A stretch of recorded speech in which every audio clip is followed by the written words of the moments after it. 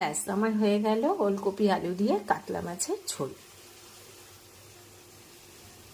বন্ধুরা, সবাইকে জানাই শুভ সকালের অনেক অনেক শুভেচ্ছা। এখন বাজে সকাল 8টা। তো আমি এখানে একটু কাতলা মাছ দিয়ে ওলকপি আলু দিয়ে ঝোল করছি। এর মধ্যে আমি আর একটু তেল দিয়ে দিলাম, জিরে ফোড়ন দিয়ে দিলাম। একটা বড় সাইজের আলু লম্বা লম্বা করে কেটে ধুয়ে রেখেছিলাম, এর মধ্যে দিয়ে দিলাম। এবার আলুটা একটু ভাজা ভাজা করবো।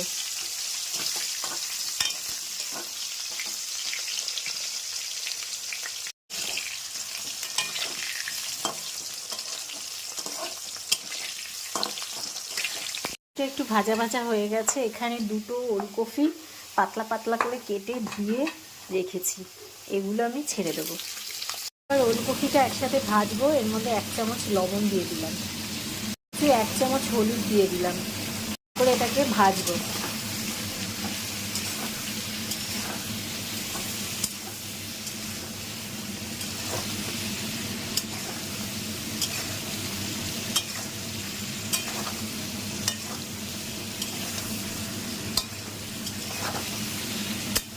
ভাজা ভাজা হয়ে এসছে, এর মধ্যে দুটো তেজপাতা ছিঁড়ে দিয়ে দিলাম। ভাজা ভাজা হয়ে এসছে। এবার উঁচু উঁচু 1 চামচ ধনের গুঁড়ো দিয়ে দিলাম, 1.5 চামচ দিলাম, কারণ একটু ঝোল হবে সেই জন্য আমি 1.5 চামচ জিরের গুঁড়ো দিয়েছি। তোমাদের যেমন যতটা পরিমাণ তরকারি ততটা পরিমাণ মশলাগুলোও নেবে। 1 চামচের একটু বেশি ঝাল লঙ্কার গুঁড়ো দিয়ে দিলাম, কারণ আমার মা ঝাল খেতে পারে না, সেই জন্য ঝালটা বেশি দিলাম না। এতে কাঁচা লঙ্কা দিয়ে দেবো, একটু জল দিয়ে দেবো সামান্য। এবার এটা একটু ভাজা ভাজা করবো,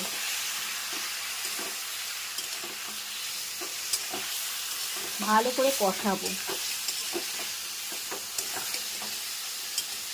কাশ্মীরি লঙ্কার গুঁড়োও দিয়ে দিলাম, যাতে একটু রঙটা ভালো হয়। এবার ভালো 1/2 ইঞ্চি মতন, ঠিক এতটা মতন আমি একটু আদা দেবো, মানে ঘষে দেবো। দেখো, ঘষুনিতে কাঁচা আদাটা ঘষে দিয়েছি।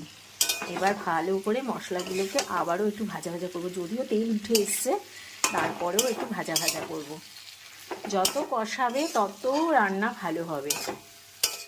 এখানে একটা মাঝারি সাইজের টমেটো দিয়ে দিলাম। একদম কষে গেছে, কাঁচা আদা গন্ধটা একদম চলে গেছে, আদা ঠাদা সব ভাজা ভাজা হয়ে গেছে। এবার আমি একটু গরম জল দিয়ে দেবো, একটু গরম জল দিয়ে দিলাম,